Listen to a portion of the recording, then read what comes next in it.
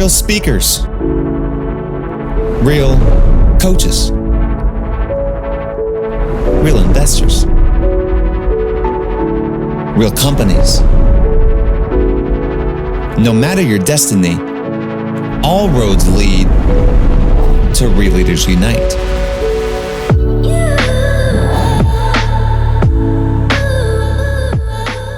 Okay, well, thank you so much, Kevin. Wonderful to see so many of you here today. Looking through the list of participants, really amazing for me because I'm someone who's been studying impact businesses for 20 years now. I've been writing on Forbes about this, and actually many of the companies I've written about actually got this wonderful accolade from real leaders, and I'm looking forward to chatting with you in person and seeing, what you look like in person as opposed to Zoom. So. As Kevin mentioned, I'm an author. I'm a professor actually in Cambridge in the UK. So apologies for bringing this horrible, rainy UK weather with me. I must say, though, that this really, sort of brings to top of mind how important the work that all of us are doing are. I mean, climate change, these atmospheric rivers. I mean, this is something that I had never heard of in this region before. And, to really experience it like this, I think really brings home how important what all of you are doing. And I hope, how I can contribute to that as well. So I brought some props actually with me as well. So this is my first book, Better Business, How the B Corp Movement is Remaking Capitalism. I'm curious, how many of you are B Corps or represent B Corps in here? Wow, okay. Well, if you don't have this book, I would tell you to buy it, but I'm happy to send you one if you send me. I have a couple of them with me. I'm happy to hand them out. The one that I want you to buy, though, is this one here, which is my new one. It's actually not a bestseller yet. Hopefully will be, because it actually is out in May 14th. And this one is called The Profiteers: How Business Privatizes Profit and Socializes Cost. Sounds like a very different tone than Better Business. And I want to hold them both up, actually, because I realized when I was sort of packing, I'm actually from Pittsburgh, and these are like the Steelers colors somewhat. So, black and gold, gotta love it. So anyway, I want to say, this is a book, certainly I make a critique of our current system that really has business privatize profit and socialize costs, as the subtitle says. However, I also want to say that really the underlying ideas and mission of these books is basically the same. So one is that business and commerce are the most powerful engines for social and environmental good. I think this is something that probably many of you agree. Also, though, unfortunately, the system, broadly speaking, so the laws, institutions, way markets are set up, and even how many people or most people think are like headwinds against that in many cases. It makes it hard for businesses that really want to do good to actually do good. Maybe they're investors, or maybe some other feature that actually really makes it a challenge. And so that is something that I'm really focused a lot on. Okay, how can we change these broader institutions to make it easier for businesses like all of you to have the impact that you really want to have? And I think that actually understanding these institutions, you may think, I'm a professor talking about all these, things like institutions and systems. And sorry if it sounds a little abstract, but I do really think that for a number of reasons. One, so many businesses nowadays that I think actually want to do well, want to really do good, get sort of caught in a trap and get called out for greenwashing, because it's actually much harder for a business to actually focus on social and environmental impact than otherwise. And second, I also think the world is changing much, much faster than ever before in its expectations of business. And if you want to actually, be succeeding tomorrow, understanding how these institutions change is hugely important. And so that is actually why I really wrote this second book, which I'll say a little bit more about. But first about this first book, this Better Business, How the B Corp Movement is Remaking Capitalism. One of the reasons why the B Corp movement was so appealing to me and exciting to me to study is that, and it's because of this word movement that's in the title, the B Corp movement. That's, very intentional word, because it's not just about creating more B corporations, which, all of you, or many of you sort of are B Corps, but actually it's about creating tools and processes for all businesses to be better. This is about accountability. So I'm sure, those of you who are B Corp know about the B impact assessment and how that, not only is a rigorous framework to assess your business, but also provides benchmarking and ways to actually change and get better over time. Also a variety of governance mechanisms. So this is another thing, the actual benefit corporation legislation is another really important aspect of this. And I'll be saying a bit more about a lot of changes that are going on that are moving a lot of governance features that are in benefit corporations that the B Corp movement has established that are becoming mandatory. And this is another reason why I think, being aware of all this, it really will set you up for future success. As Kevin mentioned, I've been studying this for about 20 years, and I must say a couple things about the, in many ways, inspirations behind this work. So the first really is my students. I think about, I have two kids, a 20-year-old son and a 17-year-old daughter. Without my daughter, I would not know about TikTok. And without my students, I really don't think I would know nearly as much as I do about social impact and environmental impact. When I was teaching, it's now, about 2008, 2009, I was teaching a class back in the day, you all are familiar with this, called corporate social responsibility. Words have changed. I think practices have changed a lot too. And a student said to me, why are we studying these large companies that have some philanthropic program or some, work with NGO that is really just off to the side?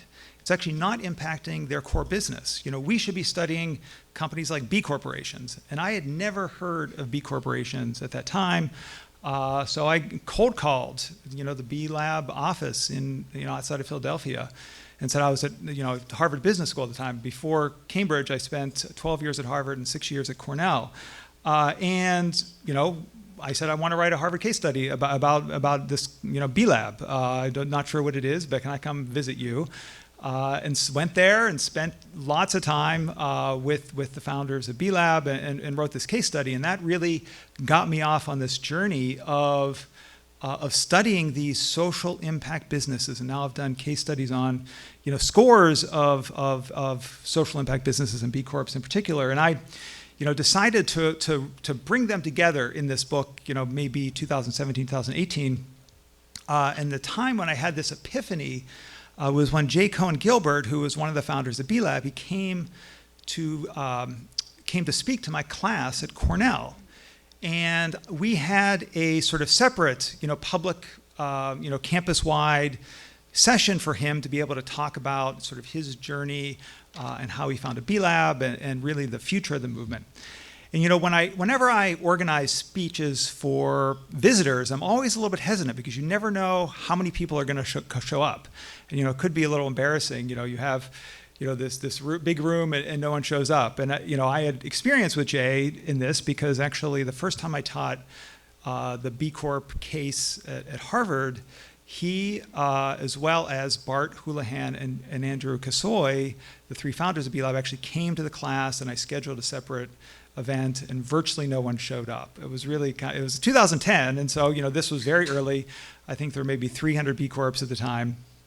And so this time, though, in probably 2018, it was, there's a room about 100 seats. There were people sitting in the aisles, pouring in the doors. It was absolutely incredible. And this was, where I said, I've followed my students into this, and I need to actually put all this together in a book, and which I ended up doing.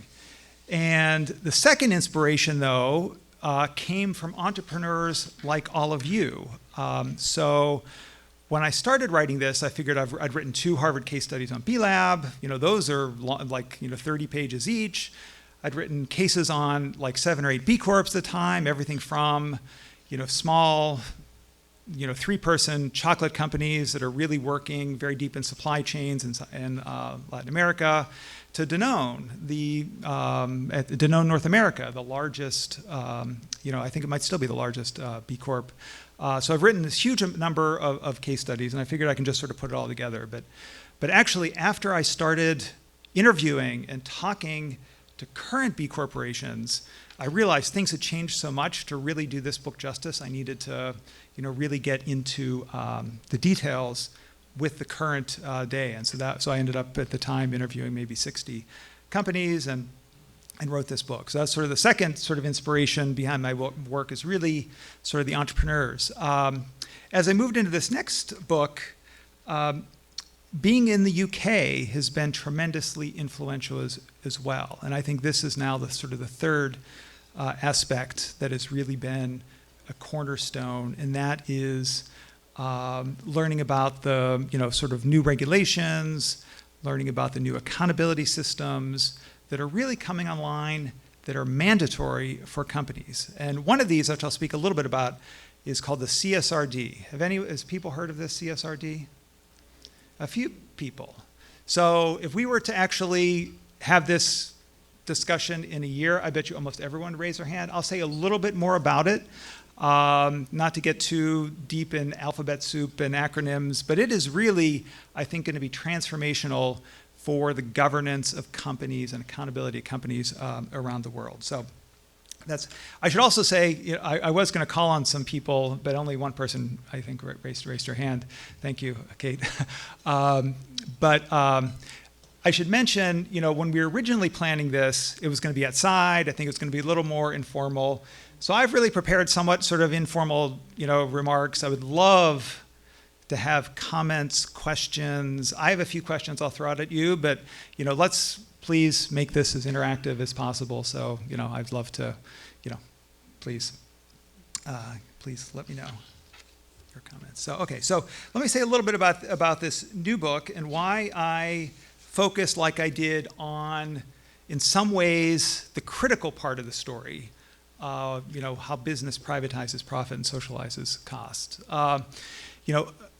A couple one very pragmatic reasons. So when I was originally trying to find a publisher for Better Business, a number of the publishers I talked to said, there are just so many books about good things. We need more books about bad things. And they gave me this example of, at the time, the book Bad Blood was out. I don't know if you remember this book. It was about Theranos, the Elizabeth Holmes story about the blood testing company that, had a lot of, I'm not sure the right way to characterize it, some faked results, basically. And this was the example that was given to me. Like, this is a book, and I'm a pretty optimistic person. I'm not really wanting to spend my time studying negative things, so I, kept on with what I was doing. But this book, I was sort of really thinking about that. I've been thinking about that ever since writing Better Business, and actually seeing a lot of books about how business can profit from its purpose. There's a lot of books that focus on the connection between, broadly speaking, ESG, sustainability, and financial performance. Which, I think that there are a lot of cases where that connection occurs. But I think that focusing too much on that sort of win-win philosophy distracts from some of the underlying issues that exist that stem from business. And I think that understanding these fundamental issues, which I'll say a bit about in a second, are also very important because it helps diagnose solutions and how actually business can contribute positively. So I think that the critique part is important. And anyways, and some of the things I'll talk a bit about, talk about in the book, as far as moving forward, and this in some ways is like the sequel to Better Business. So I think this new book is both a prequel and a sequel. The prequel being that it really digs into the critique in more depth, and the sequel being, it covers issues like regeneration, which is hugely important around, business models, started really very deeply in agriculture, but also, now companies are taking on ways to actually, restore and give back in different ways than they had previously.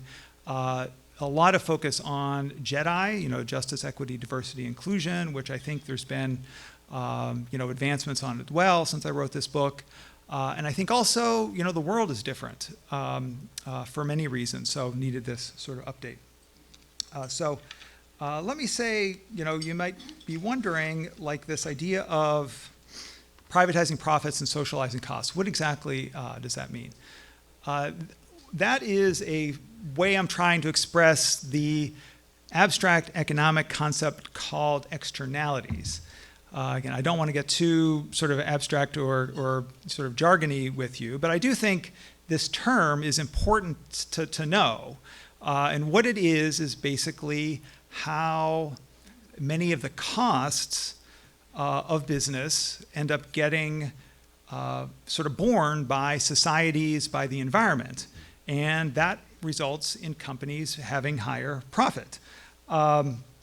So, lots of examples of this. And I think that actually from many of the entrepreneurs I studied gave me the insight to write this book about how they're addressing these issues in really creative and innovative ways. So let me start with some of the, in some ways, bad examples. So the most famous one, of course, is carbon emissions.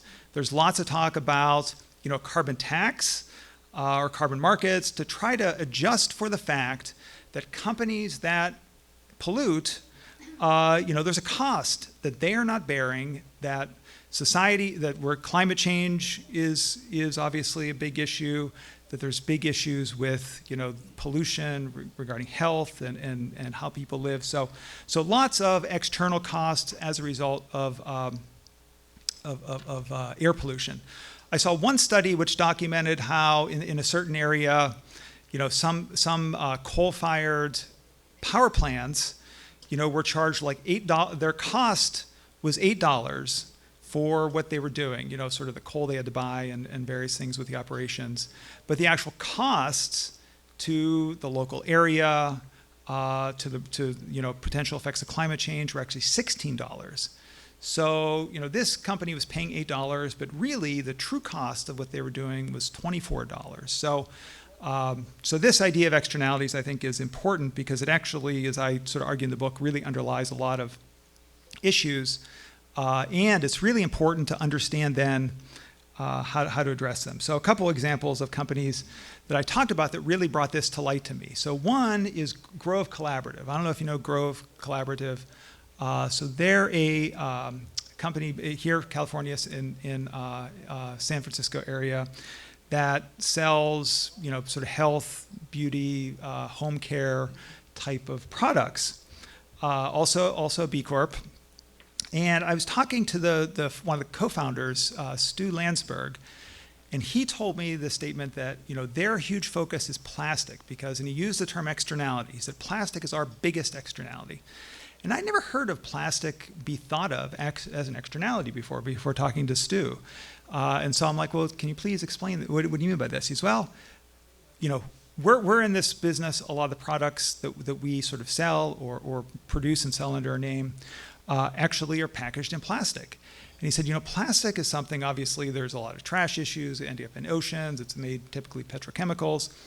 He said, but actually, these are decisions that we're making as a business that, and many businesses make that have broader costs to the society, which are just really not calculated. So one example is if you use virgin plastic versus recycled plastic.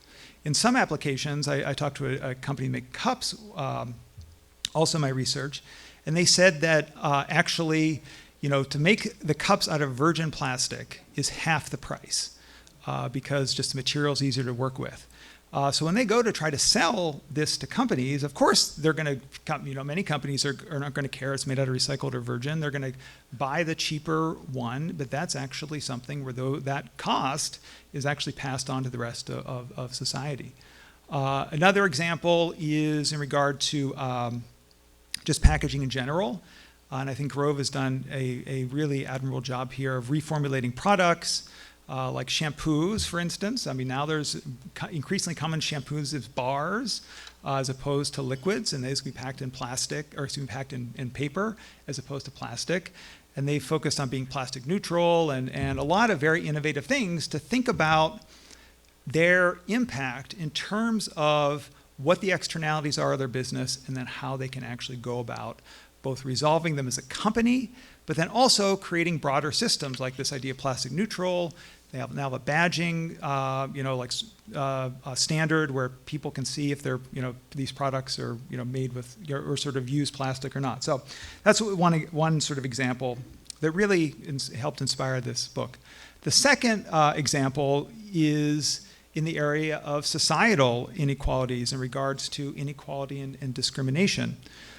So you're probably familiar with Grayston Bakery, pioneering company in creating a hiring model called open hiring, where because of all of the inequities and discrimination in hiring processes, they have set up a system where basically if you show up, you get a job. And these are jobs that are sort of working in their factory where they can train people on the job.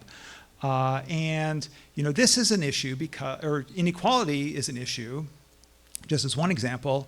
If you look at economic research has shown that the greater the economic inequality in a country, the greater economic inequality actually lowers GDP because there's negative health impacts to people who are poorer, and lower educational outcomes. They're unable to have careers. So lots of reasons why, as inequality rises, which has happened tremendously, fast over the last 50 years in the West and the U.S. This is something that, society's paying the cost. Basically, Jeff Bezos and Elon Musk get to have rocket companies and do all kinds of things with their hundreds of billions of dollars, and there are then serious issues that the rest of us are paying for. And I'm not sure that what Tesla and all of Elon Musk's companies are doing as far as their things like taxes and others, but in the book I really cover Amazon quite a bit because they are a company that basically pays no tax. They use all kinds of shared services. They do a variety of things around their carbon footprint, which I'll talk about in a second, that basically just tries to make them look good, but actually they're pushing costs onto society. So anyways, companies like Grove and Grayston are examples where I think it's, they're doing, there are ways that we can actually address these externality issues in a fair and profitable way. Both these companies are very, very successful. So in the book, what I do and why I think it's important to focus on externalities are two reasons, or three reasons actually. One is because it provides solutions, but I'll say two reasons why, particularly related to externalities. One is to really connect the dots between how pervasive this is. So when you read a lot about problems with our economic model, people talk about problems with focus on shareholders and shareholder capitalism and the short-term orientation that brings. And that is totally true.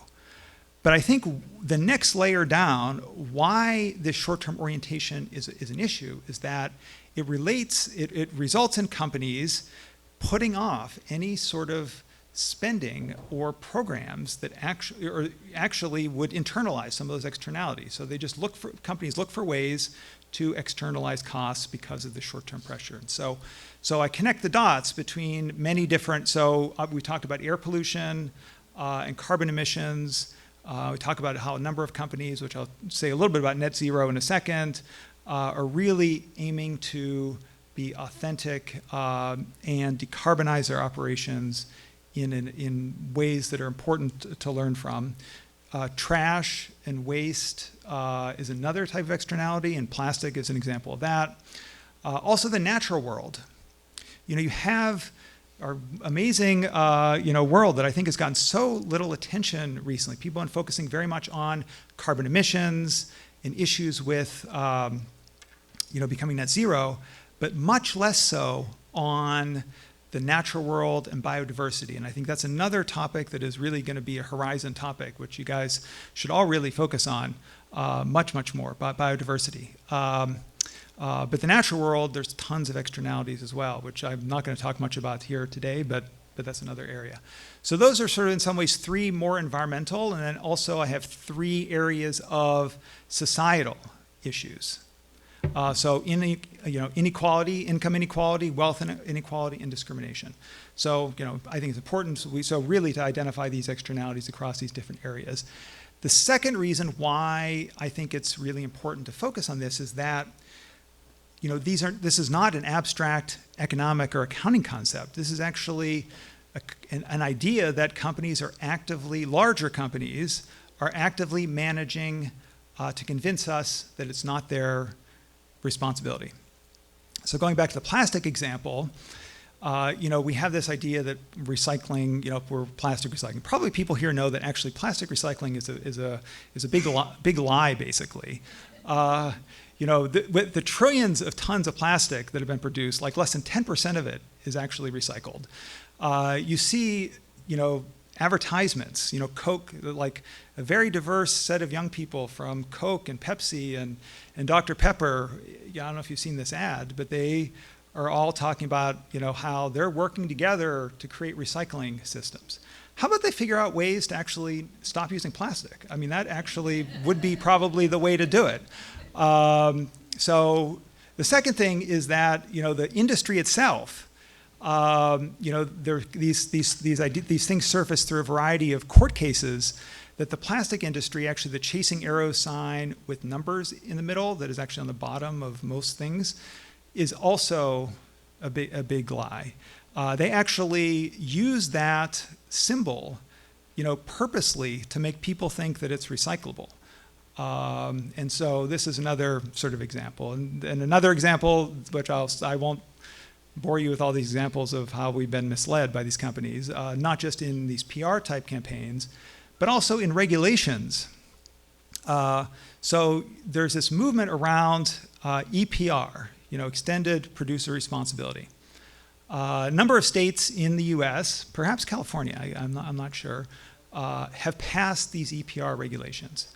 But mostly they have been co-opted by the industry so that they're actually very, very weak. And so, again, like I mentioned about Coke and Pepsi and Dr. Pepper, they should be focused on like removing plastic, not recycling it. So I think that this idea that we are in some ways being gaslit into thinking that this is our responsibility, the companies aren't responsible, I think is something that's powerful. So what I've done so far, I've talked a little bit about, how, these 2 books and the Steelers colors, sort of, tie together, and then some about this Profiteers book and also this argument on externalities. And what I want to do just in the remaining time I have, talk about 3 in some ways, a little more detailed case examples, which are, sort of interspersed throughout the book.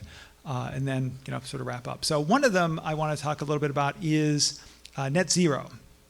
So probably all of your companies have net zero commitments. Is that right? And that's great. I mean, I think that is, hugely important to have goals and objectives to decarbonize one's own operations and do it in a way that is actually authentic and sort of science-based.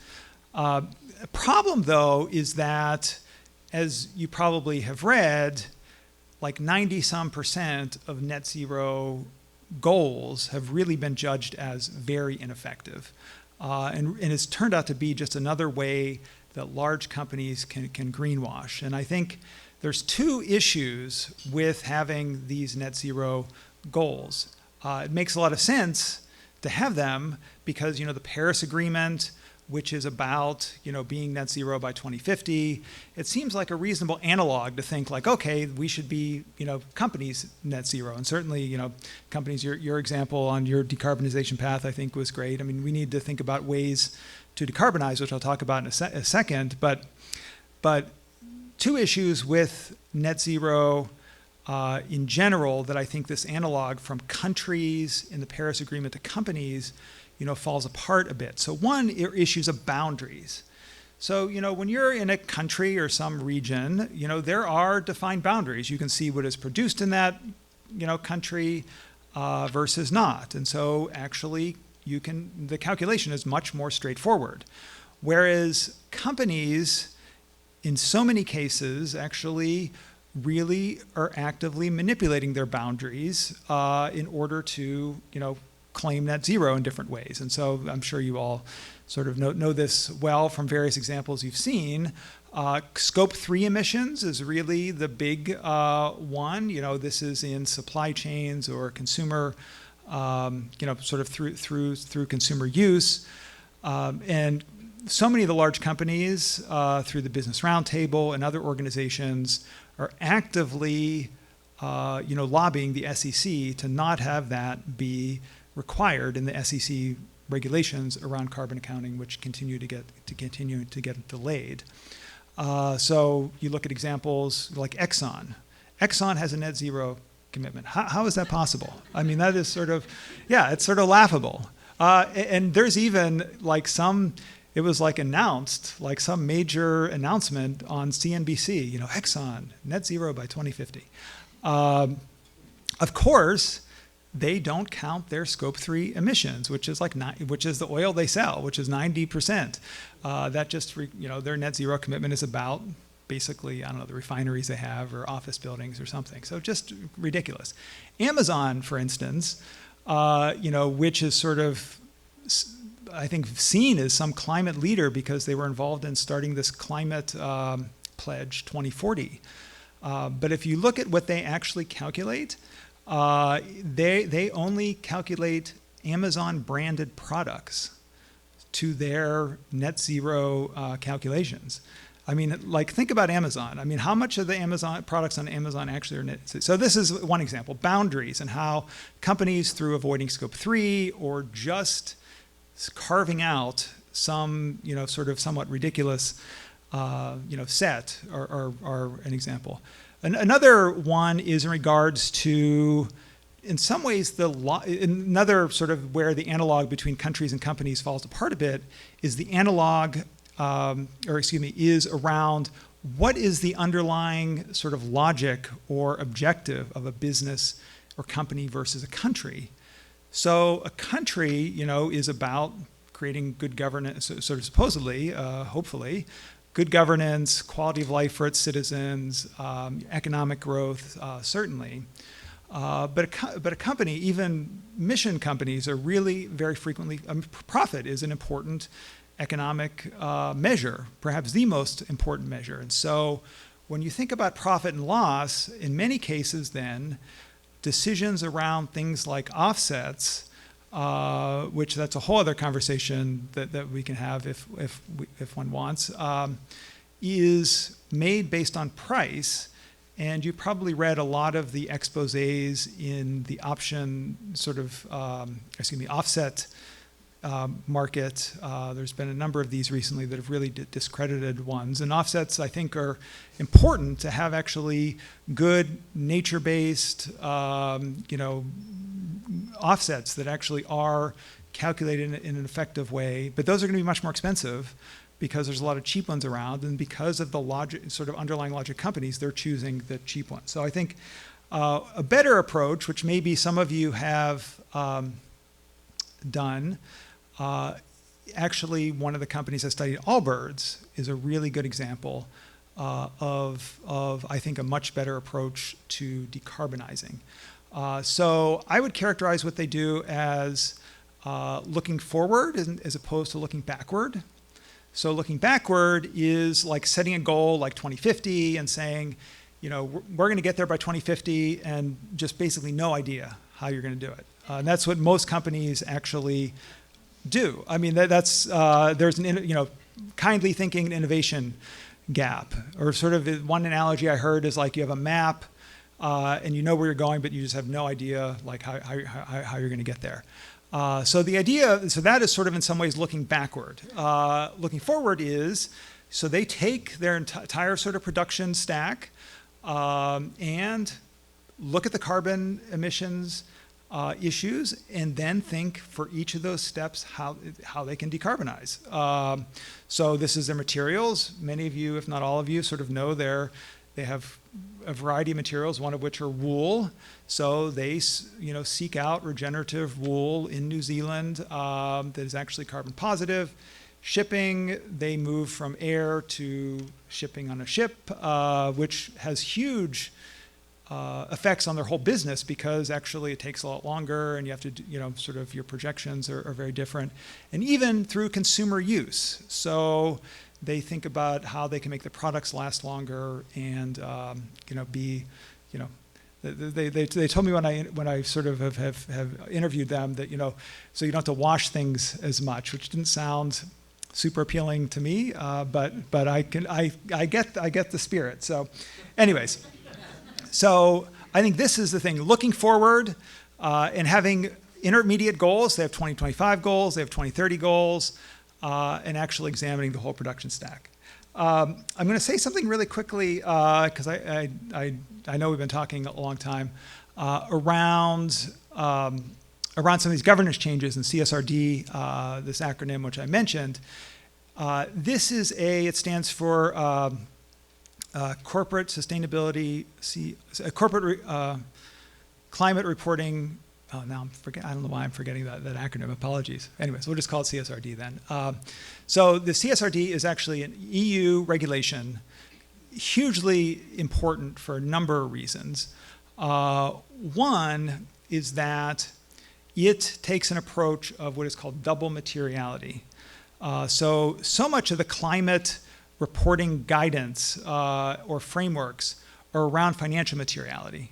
So you see Larry Fink, head of BlackRock, he's talking about, wanting, although he used to talk about, but I guess isn't talking about it anymore now that people don't like this, or his investors don't like this. He used to talk about how, this makes good business sense because, it lowers the risk to know what your sort of carbon emissions are, maybe quality of better management. So this is like financial materiality. What the EU is doing is called impact materiality, which I think as a government makes a lot more sense because they care about the people. So actually the effect this would have, not just on the financial stakeholders, but the broader society. The reason why this is important to all of you in this room is that who it applies to. So this year is the first year companies are going to have to report on this, which is very detailed, again, sort of impact on financial materiality on these ESG factors. And it is going to apply within a number of years to all companies doing business in the EU and their parent companies. So if you are Nike, for instance, have an EU subsidiary, and you're going to, you're producing things in the EU or selling things in the EU, Nike will have to report as well as Nike Global. And so this, I think, is a real game changer as far as what companies around the world are going to need to report. And I know there's so much contention in the US nowadays around sort of ESG reporting.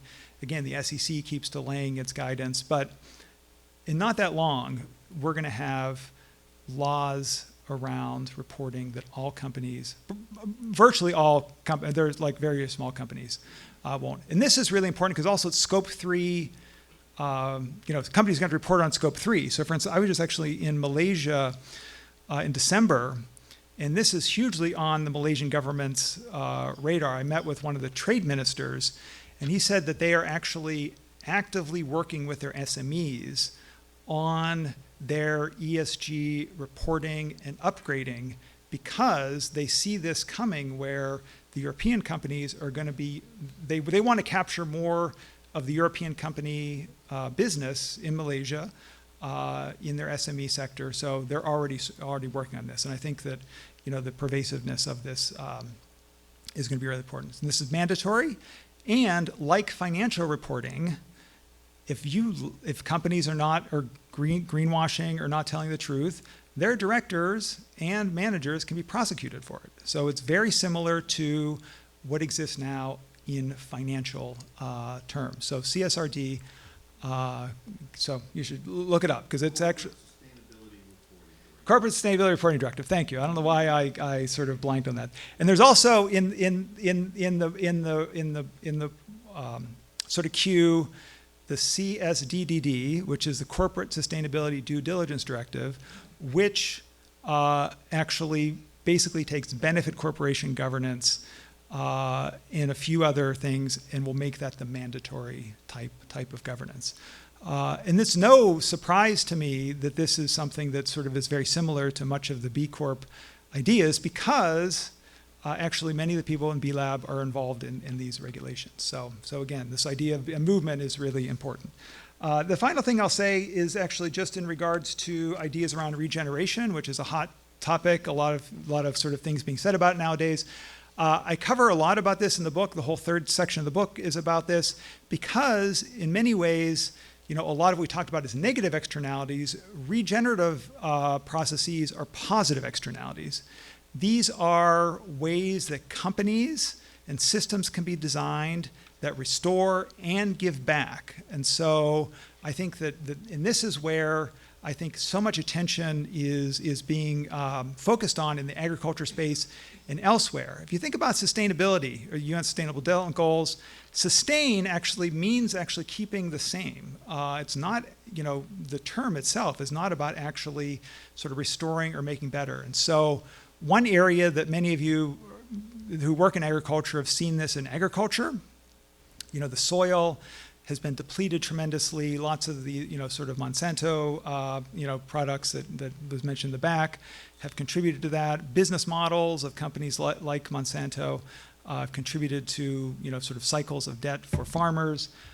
So ways to get, farmers out of this, financing options are increasingly popular, as well as sort of restoring the soil, which is seen as really essential to regeneration. But again, it's sort of one of these words that many large companies are now sort of glomming onto, like Nestle and Pepsi. I'm not sure their claims, although what I've seen for their other areas, I may not, I'm a little suspicious. But there is very rigorous work on this. Actually, Dr. Bronner's, which is one of the companies here in San Diego, with Patagonia and Rodale Institute and others have set up a standard for this, the regenerative organic standard, which is very rigorous and looks at not just things like soil and organic from the producing standpoint, but also animal welfare, and importantly, human welfare and labor and the people that work in these supply chains, because many times those people are forgotten when you look at organic systems. This idea of regeneration is bigger than the agriculture sector. Companies are actually using it to transform their business models. Patagonia is an example of this.